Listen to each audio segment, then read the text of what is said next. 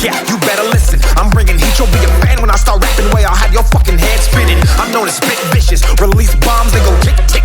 Boom, you blown, leave that head missing. I'm a phenomenon, stacking cheese like it's Parmesan. 8 different flows, call me Octomom. I'm moving fast like the Autobahn, and I'm independent, so I'm not your fucking starving like it's Ramadan. Sick, twisted, gifted, can't copy, printed, can't hold me down. I shape shift, I'm liquid. I killed this beat, I might get convicted. They know how I move.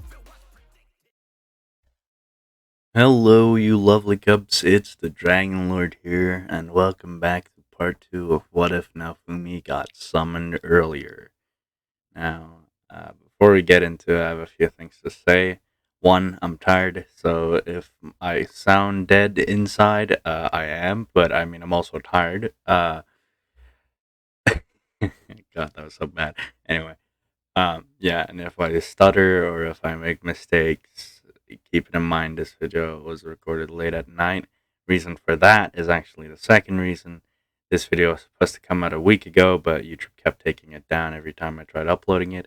And I didn't want to just upload the audio, so I decided to re-record it again, and I changed up the script a bit. Anyway, I hope you guys don't mind.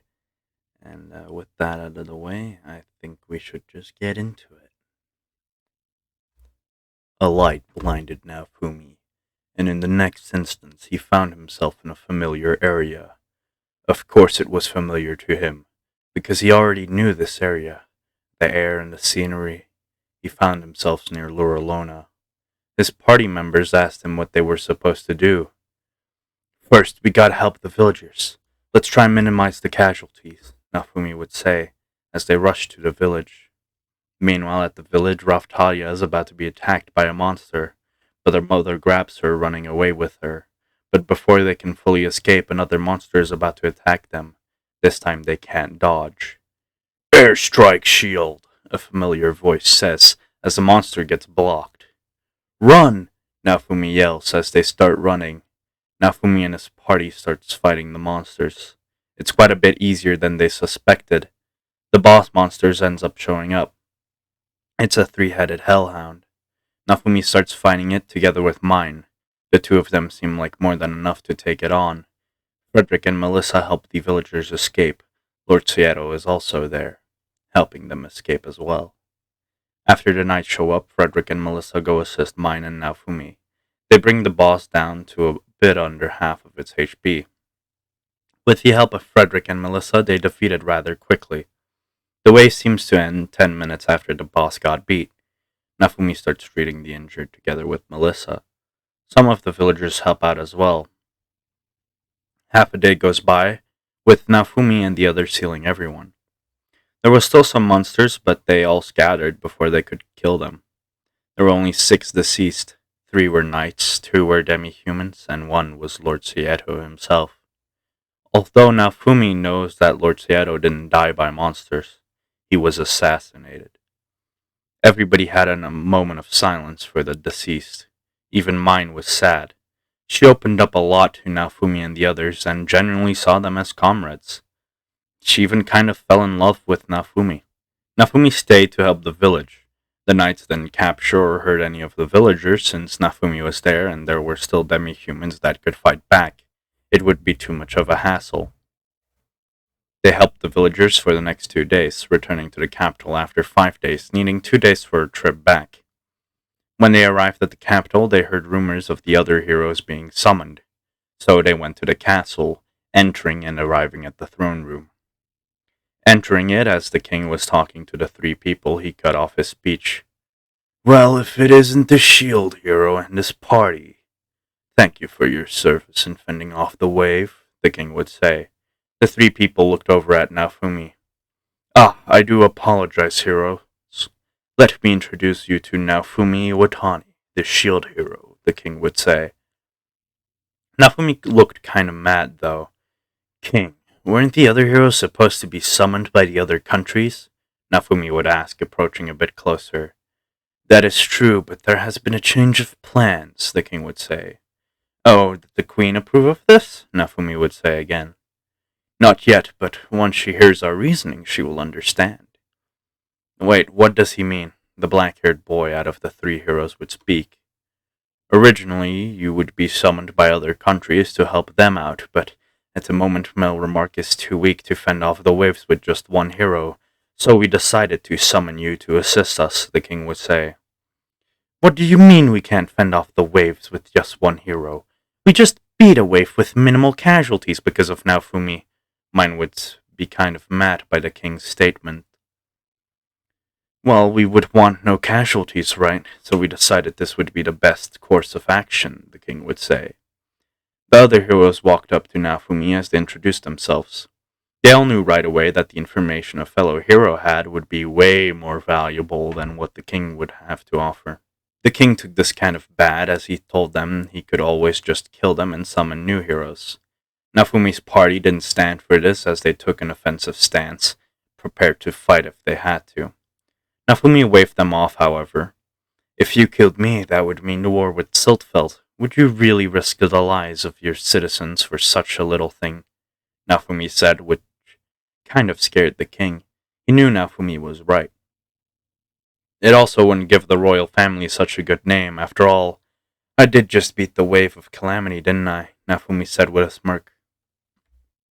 The king just gave up as he gave Naofumi his reward, which was 2,000 silver coins. Naofumi decided to stay in the castle for that night, as he had some things to discuss with the fellow heroes. He taught them a few leveling spots and some other helpful features.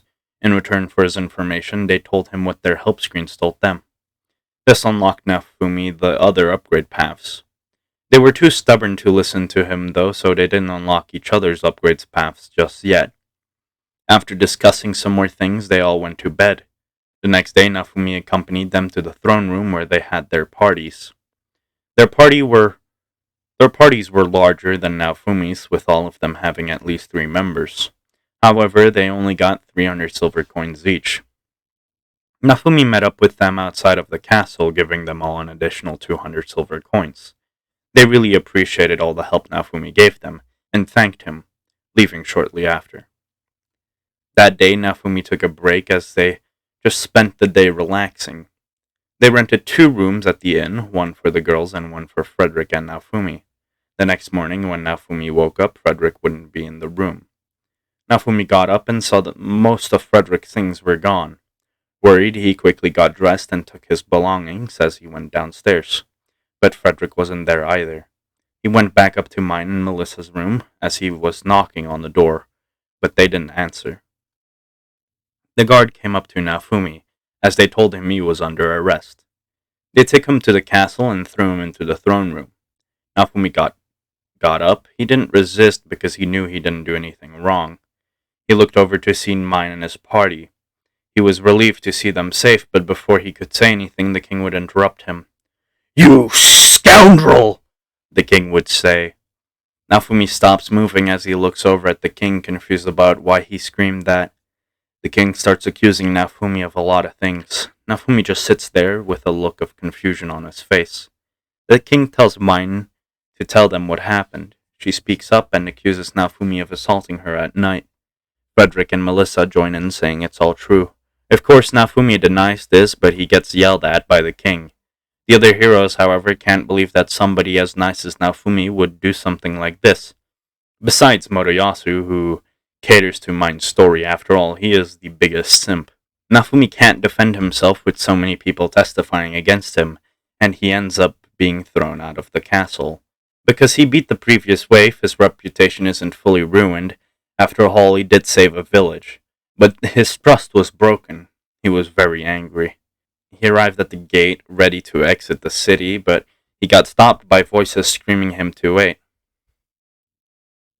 He turned around, seeing his previous party members, the very same ones that testified against him. "Sir Naofumi, please wait," Frederick would say. Melissa said the same as they came up to him. "We're sorry for betraying you like that, but we had our reasons. If you could please listen to us explain to you why we did it," Frederick and Melissa would say, but Naofumi dismissed them as he said, I can't trust you guys anymore. Get lost." As he left, they genuinely feel bad for betraying Naofumi, but he's too stubborn to accept it. He spends the following days making medicine and other necessities. He can't level up since he can't fight, and most people in the country don't want to be associated with him. 5 days would pass, and Naofumi would be sitting in his cart on the side of the road. He was blending medicine and exploring more functions of the shield. Then a voice spoke. "Sir Shield Hero, are you there?" Naofumi exited the cart as he saw 4 demi-humans standing in front of him, 2 of which he knew. "What do you guys want?" Naofumi said with a cold tone in his voice. "We would like to join your party, Sir Shield Hero," one of the older-looking demi-humans said. "You're joking with me, aren't you?" Naofumi said skeptically. "No, we're not. We would like to be part of your party, Naofumi," Raftalia spoke up. Their intentions seemed good, but Naofumi couldn't trust anybody willy-nilly like he did before. 2 of you are kids, and 2 of you look like teenagers. Did you run away from home to come here or something? The 2 teenagers looked down as they started to speak. "The 2 demi-humans that died in the wave were our parents," they said, holding back their tears. Now that Naofumi took a better look at them, they did look like twins. They had bluish hair with fox ears. "And I'm guessing they tagged along to become part of the hero's party, huh?" Naofumi asked. The twins nodded. Raftalia had asked them to tag along since she wanted to repay Naofumi for saving the village. Rafana took this chance to tag along as well. They didn't have any weapons, though, and Naofumi declined them from joining the party, as he still didn't know if he could trust them or not. The twins would bow with their heads touching the ground as they both said simultaneously, "Would you please allow us to become part of your party? You may even put a slave crest on us if that's what's required." "What is a slave crest?" Naofumi asked. He knew about slavery, but hadn't heard of this before. The twins started explaining what a slave crest was. A crest that would be drawn upon a slave to make a magical contract between the master and slave. This way the slave can't even betray the master and can't attack him or deny orders. They followed Naofumi for 4 days, even through the pouring rain. After he saw this, he decided they could join his party under the slave crest rules they had placed.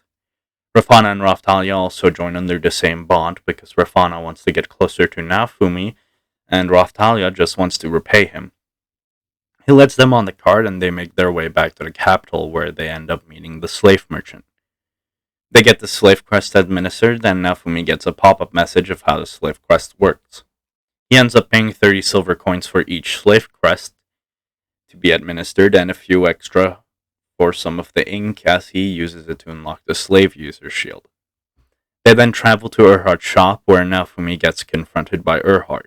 The blacksmith, however, quickly realizes that Naofumi isn't the type of guy that would do that and lets him go. They get some starter equipment for the 4 demi-humans and Erhard gives Naofumi a note. Naofumi puts it away before reading it, being more interested in the gear the demi-humans chose out. Raftalia decided on a short sword. Her height was not tall enough for her to handle an actual sword. Rafana can't make a choice and ends up finding a bow. Erhard says it was a gift he got from one of his friends who works at a fletching shop and gives it to her for free. It's a short bow, but it would suffice for now. She also got a dagger in case of emergency. They would still need to buy arrows for her, but that could wait until after everybody else got their gear. Out of the two twins, one of them chose to wield a small sword and a katana, an abrupt fighting style, but it would be handy for them to have. With the other twin couldn't decide what to pick though, as she just didn't feel right with anything. She then found a blade, as she picked it up resonating with it. Erhard explained that it was a magic steel blade and she might have a good magic potential if she resonated with it. They all got some basic armor, with Naofumi giving Erhard some materials to get custom-made armor. They had to wait at least a day for Naofumi's armor to be finished, so they headed out to a magic shop, where they found a woman that looked like a witch. All of their magic affinities got checked, and it came out that Naofumi had affinities for healing and support magic. Raftalia had affinities for light and dark magic, Rafana had an affinity for earth and light magic, whilst the twins had fire, lightning, and water. Fire and lightning belonged to Frey, who was the slightly older one, with water belonging to the younger, whose name was Stella. Before they left, they got a few magic teaching books. Naofumi appreciated this and thanked the witch. They finally headed over to a fletching shop where they bought some armor. As they got some steel-tipped arrows, they went to get some food, and after that, Naofumi helped them level up a bit. They started with balloons and headed into the forest after all of them were at least level 5 or above. It could have been Naofumi's imagination, but it seemed like they were leveling faster. After heading into the forest, they fought rabbits. Raftalia was the only one who had to get adjusted to the blood as she didn't like it, but after a motivational speech by Naofumi and getting a boost of confidence from the other demi-humans, she succeeded. Rafana seemed like she was in her natural element. She even seemed to enjoy hunting the monsters, which was what scared Naofumi a bit. They got some good leveling done, and by the end of the day, their levels were as follows. Raftalia and Rafana sat at level 10, the twins at level 13, and Naofumi still sat at level 35. They headed back to the town, renting 2 rooms at an inn. One big one for the 4 girls and one for Naofumi. The next morning, they got some breakfast and headed out, getting Naofumi's new armor at her hut shop.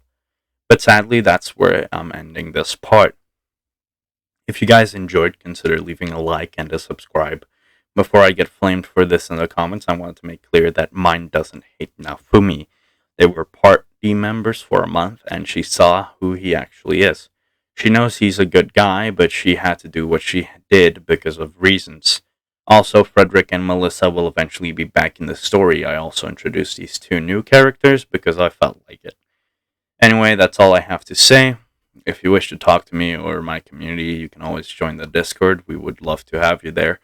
And with that out of the way, I hope you lovely cubs have a lovely day. This was the Dragon Lord, and I'm signing out. Tell me a story. There was once a pale man with dark hair who was very lonely. Why was it lonely? All things must meet this man, so they shunned him. Did he chase them all? He took an axe and split himself in 2, right down the middle. So he would always have a friend. So he would always have